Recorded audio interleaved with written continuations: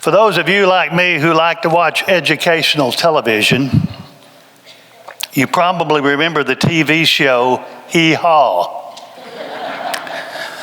First airing on CBS on June the 15th, 1969, is a summer replacement for the Smothers Brothers Comedy Hour. It was based on Rowan and Martin's Laugh-In, but got country music stars to play the roles, featuring stars like Buck Owens, Roy Clark, Minnie Pearl, Archie Campbell, and a host of country music stars. It was a country version of Rowan and Martin. That summer replacement lasted 2 years, but it was so popular with the American public that it lasted until 1993 in syndication for 655 episodes, of which I've seen all of them, I think. They had all kinds of little sketches, but one of my favorite sketches, I tried to find one of these online, but I couldn't find any of them. It was called The Word for Today. Now, if you look in your bulletin, you'll see that the title of the sermon is The Word for Today. And there's it says the word for today is, and then there'll be a straight line and a question mark. You see that in your bulletin? So we're going to do 3 things today in 15 minutes. Unbelievable for the price you're paying to get in here. It's unbelievable. Here's the 3 things we're going to do. We're going to give you the word for today. We're going to define the word for today. And we're going to talk about how to apply the word for today in your life living as Christians. What's the Christian application for the word for today? Now, I know you think you already know what the word is, but you don't. It's part of my little trickery. Archie Campbell, when he would do the word for today, he was the comedian that did this. He would stand with a cap and gown on, y'all may remember this, in front of a blackboard with a pointer. And he would say, the word for today is, and he would point to the word. And then he would say, let us spell the word. And then he said, now let us use the word in a sentence. I tried to find some of these so I could get our great help upstairs up there to put one of these on the screen for you, but I couldn't find it, so I'm going to have to act it out. I don't have a cap and gown, but Archie Campbell, this is the one I remember. The word for today is divine. Let us spell the word divine, D-I-V-I-N-E, divine. Now let us use the word divine in a sentence. Let's all go outside and pluck some grapes from divine. The show was just, y'all know about that. It was all about comedy. So the word for today, I'm going to give you the word in just a minute. When 2 people come to me to talk about their wedding over the years, and you may find this hard to believe, but funerals are actually easier to do than weddings. You know why? There's one less person to get ticked off at a funeral. Have y'all ever noticed that? People are always very high tension at weddings. They'll come to me to talk about important details. I ask them questions. How many people do you expect at your wedding? How many attendants will there be for the bride and groom? What do you want me to use for the vows? Some folks use their own. I think I had that happen twice. And one of them was my son, our oldest son, who's a minister in Palestine at the First Christian Church. And he married the Acker gal that grew up in this church, Stevie Acker, Lynn and Linda Acker's daughter. They wrote their own vows, and they used X-rated stuff out of the Song of Solomon. Embarrassed his mother and me. Unbelievable. Y'all will all go home and read the Song of Solomon now, I know. They wrote their own, and I had one other couple do it. Most of the time, I will make suggestions to them. Sometimes they say, we would like to use the passage in Ruth chapter 1, verses 16 and 17. Don't ask me to leave you. Let me go with you. My people are your people. Your God will be my God. Wherever you die, I will die. And this is where I want to be buried.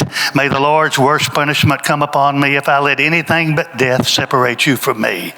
I explained to the young couple that this is not something that Ruth said to her future husband. She said this to her mother-in-law, to which the groom says, "Do you have other suggestions?" And then I say, as a matter of fact, I do. And this is the one 99.9% of all young newlyweds want read at their wedding. Even old newlyweds want read at their wedding. 1 Corinthians chapter 13, verses 4 through 7. Love is patient and kind. It is never jealous or envious or boastful or proud or haughty or selfish or rude. Love never demands its own way. It is not irritable or touchy and hardly even notices when others do it wrong. If you love someone, you will always be true to them. Always stand your ground in defending them. And always do your best to help them. All the special gifts and powers of God will someday come to an end, but love goes on forever. Love never dies. Let's go with that one. They do. It happens every time. But the word for today is not love, but in the blank there on your bulletin, I want you to write agape, agape. It is a Greek word. Now, the Greeks had all kinds of words for love. I've got several versions of this sermon. I do this sermon either the first or second week in February every year. I've done a version of it here, but since y'all don't remember what happened yesterday, I figured I could get away with it. This is a little different version, the word for today. I think the last time I did a version of this, I called it, "How Do You Spell Love?" I think that was the title I had. Today the word for today is agape, A-G-A-P-E. So now you know the word. So we've had the introduction to the sermon and we've had the word. Looking at the time here, it's 10 o'clock. George Burns, that great theologian, said sermons ought to have a beginning and an ending, and they ought to be as close together as possible. So we've had the beginning and the introduction and the word. So now I'm going to define what the Greeks meant when they said agape. By definition, it is a consuming passion for the well-being of others. A love that keeps on giving even if the one being loved is unresponsive, unkind, not lovable, or unworthy. Its usage appears approximately 259 times in the New Testament. The consuming passion of the well-being of another person. The reason we use John 3:16 at the beginning of the scripture reading is because when the scripture in John 3:16 says, "For God so loved," that L-O-V-E-D is a derivative of agape. It means that God's love for you, by definition, is a consuming passion of your well-being. It keeps giving even if you are unresponsive to God, unkind, unlovable, or unworthy. God's love for you continues in spite of all of those negativities. I don't know how many of you have ever seen the play or the movie Raisin in the Sun, but it's about a black family in Harlem. The father dies. This was back, in the late 50s, early 60s, and leaves a $10,000 life insurance policy as a family legacy. It was a lot of money back then. The mother says it will allow her to fulfill her dream, which was to buy a small house in North Jersey. The son of the household begs for the money. The young man has never had a chance, never had a break, never had a job. And he had a friend who tells him with the money that they can go into business and make it big for the family, really make a lot of money. The mother doesn't want to deny her son the opportunities that he's never had. And so the inevitable happens. She gives him the money and he loses everything. The son comes home. He has a sister named Bernitha, and she just tears him apart. She puts him down, has contempt for him. And this is what the mother says to the daughter after the daughter has torn that boy apart. She said, I thought I taught you to love him. Bernitha says, love him, there's nothing left to love. And then the mom says, I love this part, there's always something left to love. And if you ain't learned that, you ain't learned nothing. If you cried for that boy today, I don't mean for yourself or for your family because he lost all his money. I mean for him, for what he's been through and what it's done to him. Child, when you don't think it's time to love somebody the most, it's not when they've done good or made things easy for everybody. The time to love somebody the most is when they're in trouble. If you ain't learned that, you ain't learned nothing, because that ain't the time at all when they're doing good. It's when he's lost everything at his lowest and can't believe in himself anymore because the world has done whipped him down some. When you start measuring somebody, measure them right. Be sure you know what they've been through. This is a classic example of the consuming passion of the well-being of another person. It is a love that keeps on giving, even when the one being loved is unresponsive, unkind, not lovable, or unworthy. The word for today is agape. The word for today is agape. In 1991, I went to the General Assembly of the Christian Church Disciples of Christ in Tulsa, Oklahoma. Before every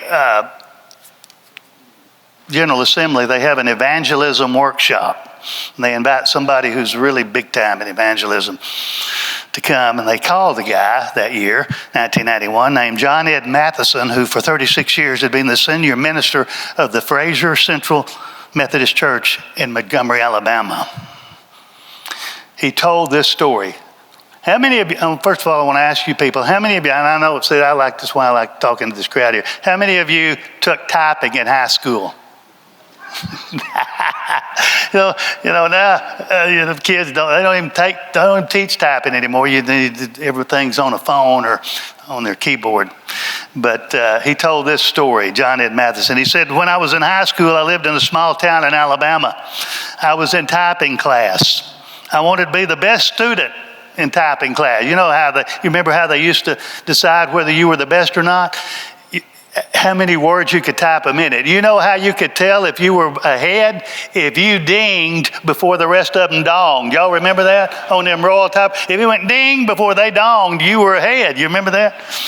He said he wanted to be the top student. One of the people he was trying to beat was the daughter of the pastor of the First Baptist Church in that little Alabama town. The other was the daughter of the First Presbyterian Church in that town. And he wanted to beat them two gals whose daddies were preachers because his daddy was the preacher of the Methodist Church. When the day of the final exam came, he was determined to be the top student based on how many words a minute he could type with the fewest mistakes. He always noticed he was dinging before they donged. He was just barely ahead of them. When he got through, he was absolutely certain that he was going to be the top typing student in that class. He pulled out his paper and he looked at it, and not one word on that paper was spelled correctly. He couldn't believe it. So he made 0.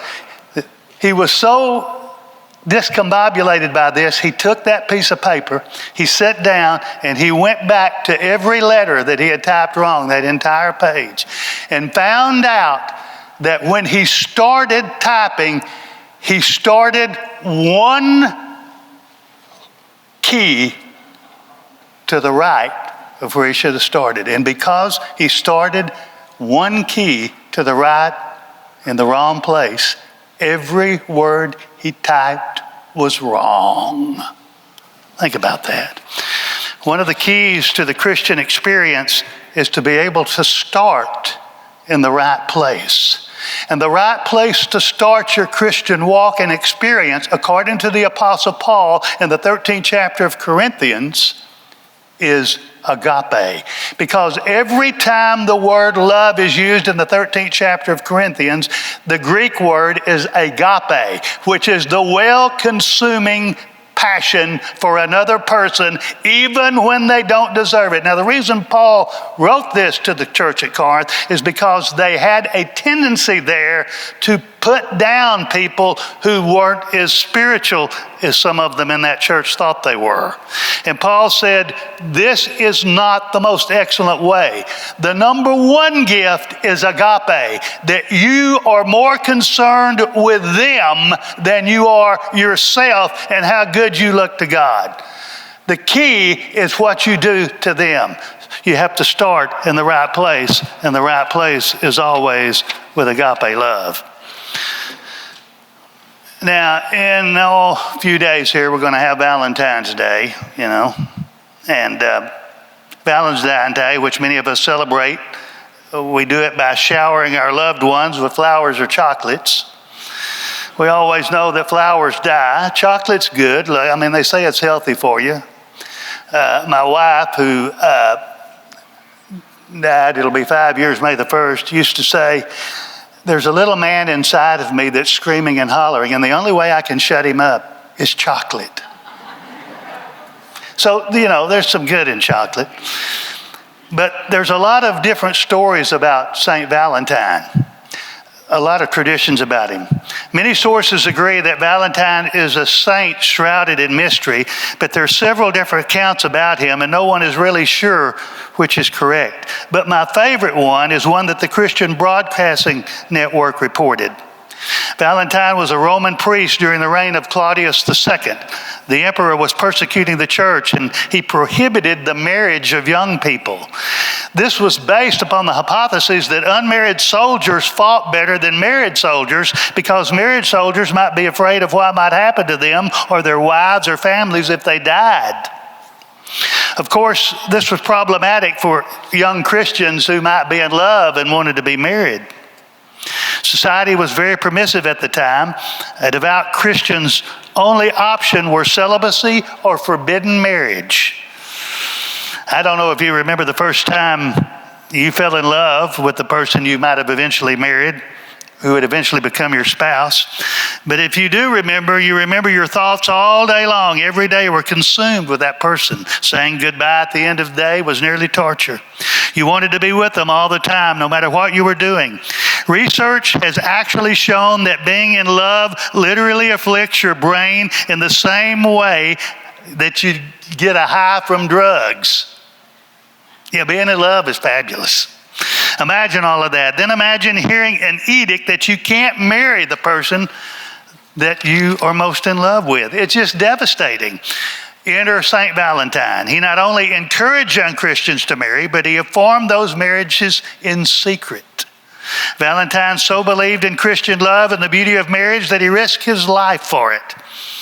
He had known the risk. Rome wasn't known for discretion when it came to punishing those who defiled her. Ultimately, tradition says that Valentine was executed for his actions on February the 14th, 269 AD. That's why we celebrate Valentine's Day on the 14th day of February. While some of the more cynical friends like to point out that they are celebrating on the day of his death, which is true, I think that Valentine would like to be remembered for what he gave his life for. Love that says, I will never leave you or forsake you. That's the love that marriage strives for. That's the love that agape defines. We are called to agape love. So the word for today is, so here's what you got to do today. Are you people listening to me? Wake up. Your assignment today is to go out and agape somebody. Do you know how to do that? I didn't know about this, and I found out about it by accident. I not only watch educational television, I frequent health food establishments. And I was going through the line at Andy's the other day. And I don't know if y'all know where Andy's, y'all know what I'm talking about, Andy's? They serve that yogurt, frozen yogurt stuff. Oh my gosh. Make you slap your mama. Oh, it's so good. Anyway, they have a thing called frozen Dr. Peppers. It's just unbelievable. Oh, they're just unbelievable. So I always order one of those. So I was going through there to get that thing, and I got up to the window there, and this guy, and I said, and they're about that, I get a large one. Those things are about $7. Something like that. The gal at the window says, the person in front of you paid for yours. I didn't know them. I didn't know who these people were. I thought, who was that? And I thought, that's pretty good. They just agaped me. I said, the next time I go through Andy's, I'm going to try to do that to the person behind me. But I said, I sure hope they don't order a lot. So I get my frozen Dr. Pepper, and I get up there, and they tell me what they ordered, and it wasn't that much. I don't remember what it was. It wasn't that much, and I paid for it, and I looked in the rearview mirror, and for the first time in a long time, I felt like the Lone Ranger. I pulled out of there and got out there on Broadway, and I took off, and I know I could hear them saying, who was that masked man? That's an example of it. So today, you are supposed to go out and agape somebody. The word for today is go out and do it. It is the good news of the gospel. It is today.